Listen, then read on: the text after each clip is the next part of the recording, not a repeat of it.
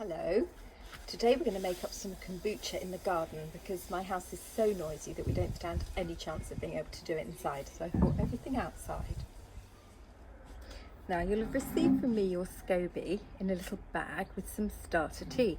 Now this starter tea is basically old kombucha that's really quite acidic, and it's used to lower the pH to keep the whole system safe. This SCOBY is called Jasper. Yours will have been given its own name, but if you don't like it you can change it or not give it a name at all. Now to make kombucha couldn't really be simpler. You need some tea and you need some sugar. You're also going to need a vessel to put it in. I'm using a 1.8 litre Kilner jar that I've taken the top from, but anything with about a 2 litre capacity will be absolutely fine.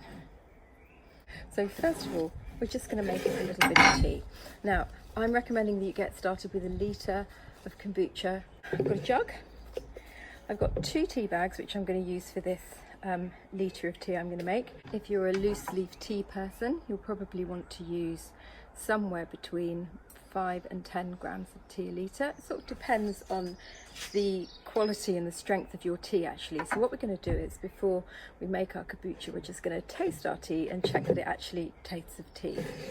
Now I'm also going to put some sugar in. We put quite a lot of sugar in, basically because we need to feed the microbes, so it's not really for us. The microbes are going to eat most of it. I generally find 55 grams a litre works for me really well because I don't end up with something that's too sweet by the time it's sour enough to want to taste.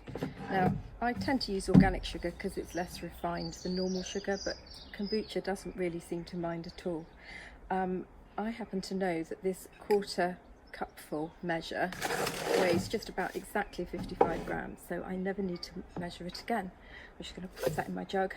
Now I'm just going to steep this tea in about 300 ml of water because I'm going to use some cold water in a minute to cool it down. I usually use Clipper, but hard times at the moment, so I'm on the Yorkshire Gold. And see you in a minute. Just waiting for that sugar to dissolve and the tea to steep. Back again. Now I'm just going to add my cold water to make it up to a litre. This will reduce the temperature of the tea to a point at which it's going to be safe for those microbes. Too hot and it will kill them.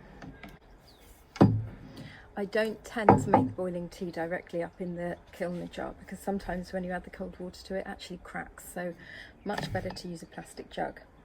Now obviously with my tea bags I can just fish them out once they've steeped, but if you've used fine leaf tea, now's the time to just strain through a sieve to catch it all when you pour it into the jar. Oh, what did I say about tasting it?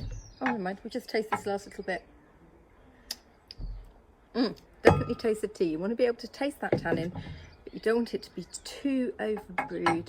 So in my jar I've now got some sweetened tea, and now it's very simple. All I'm going to do is I'm going to add, having just checked that the temperature's okay, which it is completely, I am going to tip all that starter tea and my SCOBY into the jar. I don't know if you can see, I've had an immediate colour change because that shows me that the pH has changed, because tea actually acts like a pH indicator as well. So we'll just take the starting pH of our kombucha. You don't need to do this either really. It's just if you're very worried that you might be drinking vinegar, you could use it to check.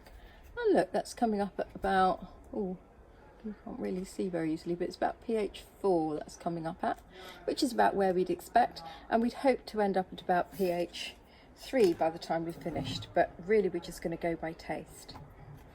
Then very simply I'm just going to put on a little cloth cap that you will have also been sent. Now when you use a cloth cap it has to be a very fine weave because the fruit flies absolutely love kombucha. In fact, fruit flies are probably what caused kombucha in the first place.